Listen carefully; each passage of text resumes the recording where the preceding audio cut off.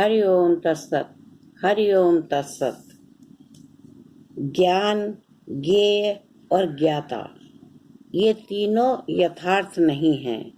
जहाँ ये तीनों अज्ञान से ही भासते हैं, मैं वही निरंजन निर्दोष हूँ। जो जाना जाता है उसे ज्ञान कहते हैं। जिसे जाना जाता है वह ज्ञेय कहलाता है, और जो जानने वाला है वह ज्ञाता कहलाता है। किसी वस्तु के जानने के लिए ये तीनों आवश्यक हैं, अन्यथा ज्ञान नहीं हो सकता। इसी प्रकार कर्ता, कर्म और क्रिया, इनकी त्रिपुटी है। भोक्ता, भोग्य और भोग आदि की त्रिपुटी है। इन तीनों में से कोई एक रहता है तो उसके साथ उन दोनों का होना आवश्यक है। उदाहरण के लिए, यदि भोक्ता है, भोग्य पदार्थ नहीं है, तो वो भोग किसका करेगा? फिर वह भोक्ता भी नहीं रहा। यदि भोग्य पदार्थ है और भोक्ता नहीं है तो भी भोग नहीं हो सकता। इसी प्रकार यदि ज्ञाता है तभी ज्ञेय और ज्ञान रह सकता है। यदि ज्ञाता और ज्ञेय दोनों नहीं हैं तो ज्ञान कहाँ से होगा? इस सूत्र में राजा जनक की आत्मा अनुभूति में यही ज्ञात हुआ कि आत्मा स्वयं ज्ञान स्वरूप है। उसे अन्य किसी ज्ञान की अपेक्षा नहीं है।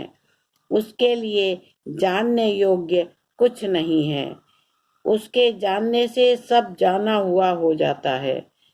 जब तक अज्ञान है तभी तक ज्ञान की आवश्यकता है।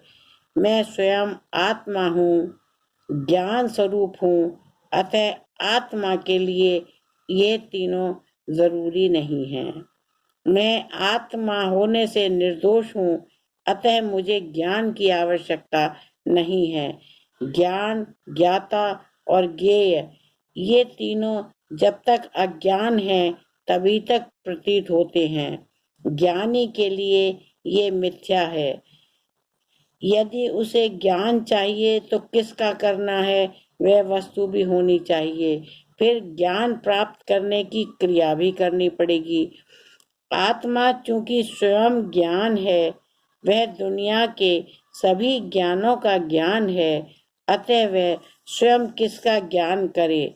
उसके लिए ये तीनों चीजें आवश्यक नहीं हैं।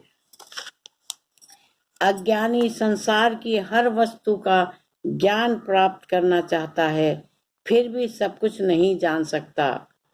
उसका अज्ञान शेष रह ही जाता है। किंतु आत्मज्ञानी ही सब कुछ जानकर तृप्त हो जाता है। उसे किसी ज्ञान की अपेक्षा नहीं रहती। अतः आत्मज्ञान ही परम ज्ञान है। यही इसका तात्पर्य है। जो आत्मा को जान लेते हैं वे ही अज्ञान से मुक्त हो जाते हैं। हरि ओम तत्सत। हरि ओम तत्सत। धन्यवाद।